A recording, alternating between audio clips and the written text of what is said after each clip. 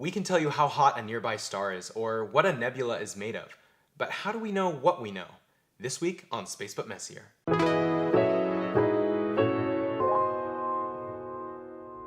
Everything we currently know about stars, galaxies, nebulae, we know from light, X-rays, microwaves, ultraviolet rays, radio waves. All of these are electromagnetic waves just like light, just of different sizes and frequencies, absolutely invisible to the naked eye, all part of the same spectrum.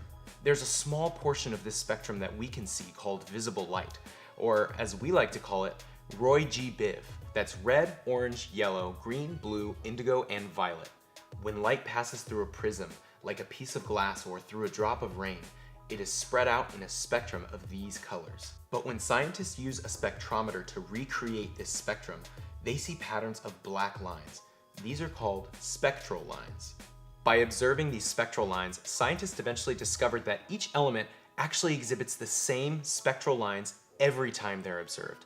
This is because different elements absorb different wavelengths of light. So every time we look at carbon, it has the same spectral lines. Every time we look at hydrogen, it has the same spectral lines. So now, when we look at light received from stars and galaxies, based on its spectral lines, we know exactly what that star is made of.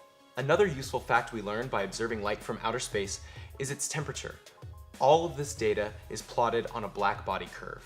Now, hotter stars emit light closer to the blue end of the spectrum, and cooler stars emit light towards the red end of the spectrum. From this data, scientists can closely estimate its temperature. Learning the temperature and composition of our night sky allows us to learn where we came from, what our universe is made of, and how it all began.